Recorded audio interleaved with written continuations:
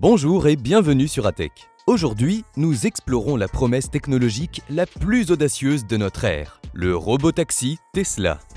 Depuis des années, cette vision d'un véhicule qui travaille pendant que son propriétaire dort alimente les rêves de l'autonomie totale. Mais à l'approche de l'échéance tant attendue, le déploiement massif de ces taxis sans conducteur est-il vraiment pour 2026 ? Ces voitures autonomes sont-elles statistiquement capables de détrôner l'humain en matière de sécurité routière et quelles données publiques le prouvent ? Pour comprendre où en est l'utopie du robotaxi, il faut se rendre à Austin, au Texas. C'est là que Tesla a choisi d'établir son réseau pilote le plus médiatisé. Imaginez le tableau, un PDG qui promet de flouder la ville de véhicules autonomes, transformant le paysage urbain du jour au lendemain. La réalité, fin 2025, est un peu moins inondante. Les suivis indépendants et les journalistes locaux confirment que la flotte tourne alors autour de quelques dizaines de modèles Y. Certes, les voitures se déplacent et réalisent des courses rémunérées, mais lorsque des utilisateurs témoignent sur les réseaux sociaux qu'il est impossible d'obtenir un trajet entre 9h et 15h, la raison est d'une simplicité presque déconcertante. Il n'y a tout simplement pas assez de voitures pour répondre à la demande, même sur le périmètre restreint de la zone de service. L'algorithme FSD est peut-être prêt à conquérir le monde, mais la logistique, elle, attend toujours la production de masse.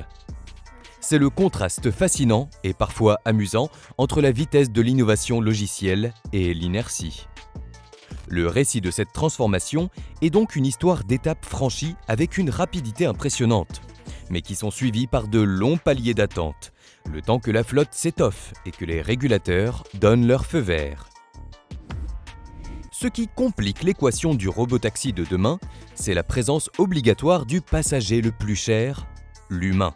Contrairement au scénario totalement sans conducteur, la flotte pilote d'Austin opère, à cette période, sous le régime du FSD supervisé, avec un employé de Tesla à bord, souvent un ingénieur ou un conducteur de sécurité. Ce superviseur est là pour deux raisons fondamentales: assurer la sécurité immédiate et rassurer les autorités. Il est équipé d'un bouton d'arrêt d'urgence et doit être prêt à reprendre le contrôle à la moindre hésitation de l'IA. Or, tant que cet humain est nécessaire, le modèle économique du robotaxi à grande échelle est impossible. Chaque voiture autonome exige un salaire et des heures de formation, ce qui place le service beaucoup plus près d'un VTC assisté par intelligence artificielle que de la flotte robotisée, sans coût de main-d'œuvre promise par les conférences. C'est pourquoi Tesla investit massivement dans la télémétrie de cabine.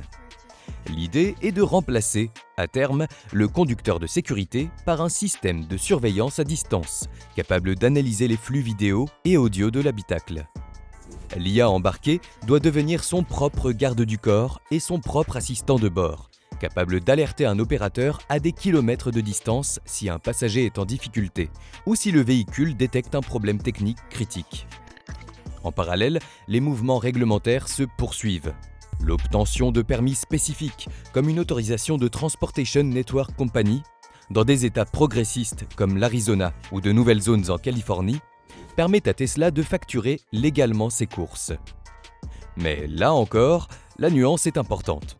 L'autorisation de facturer ne signifie pas l'autorisation de rouler sans personne au volant. Si Tesla veut un jour retirer définitivement l'humain, il devra présenter des preuves irréfutables de sécurité. Et c'est Waymo qui, ironiquement, fournit le meilleur argument en faveur de l'autonomie. L'entreprise, qui a déployé son service totalement sans chauffeur, unsupervised à Phoenix, puis à San Francisco et au-delà, a accumulé des dizaines de millions de kilomètres, publiant des rapports détaillés sur les performances de sécurité.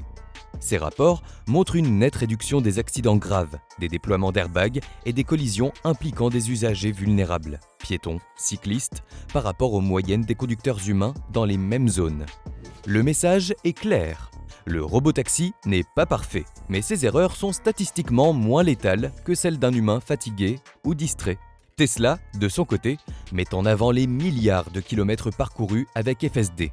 Mais l'essentiel de ces données est collecté avec un humain supervisant l'IA. La prochaine étape cruciale sera de prouver que le passage au mode sans supervision maintient, voire améliore ses performances. Le public, lui, se montre de plus en plus réceptif à l'idée que l'IA peut assister, voire sauver des vies, même en dehors de la route. L'histoire relayée en 2025 d'un homme qui, aux prises avec de fortes douleurs abdominales, est renvoyé chez lui par un premier avis médical et qui a ensuite consulté un grand modèle de langage, a changé la donne. En analysant la description précise de ses symptômes, l'IA l'aurait alerté sur la possibilité d'une condition urgente, le poussant à demander des examens plus poussés, qui ont révélé un risque d'appendicite perforé.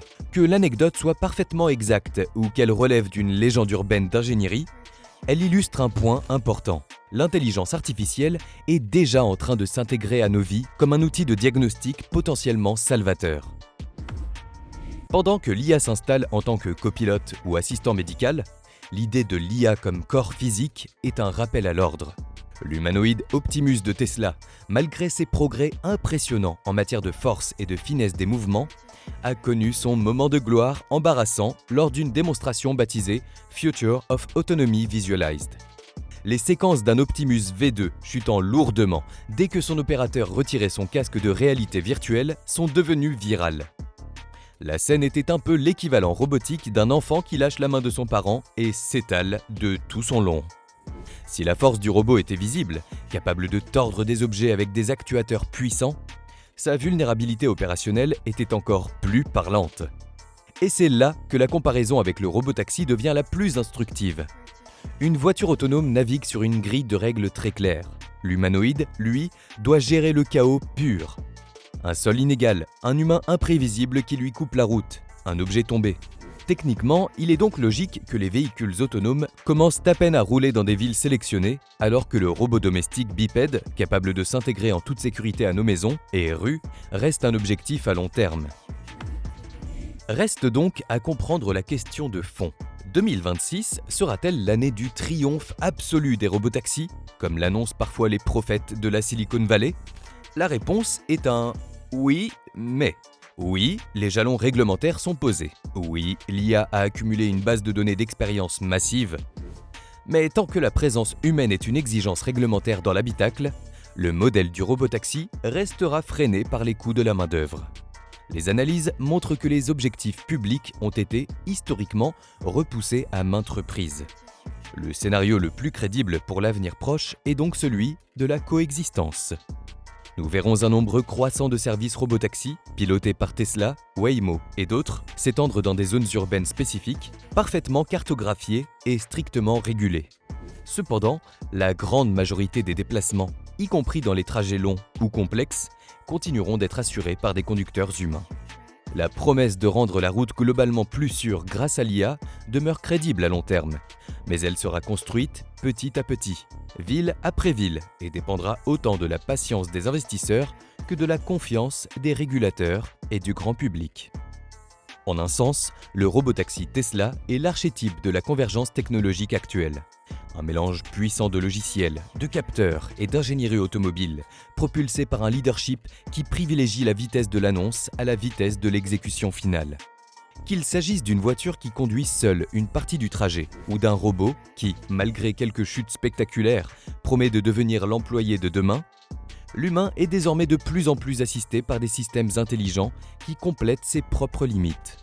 L'enjeu des prochaines années ne sera pas seulement de perfectionner ces outils, mais de construire le cadre éthique et légal pour qu'ils opèrent de manière sûre et transparente, transformant les promesses en réalité utiles, sans se laisser aveugler par le spectacle. Voilà ce qui conclut ce décryptage. Merci d'avoir suivi jusqu'au bout. Si la vidéo vous a plu, n'hésitez pas à laisser un like et à nous dire en commentaire votre avis sur cette situation. De nouveaux épisodes arrivent bientôt, alors n'oubliez pas de vous abonner à la chaîne et à activer la cloche pour ne rien manquer. À très bientôt!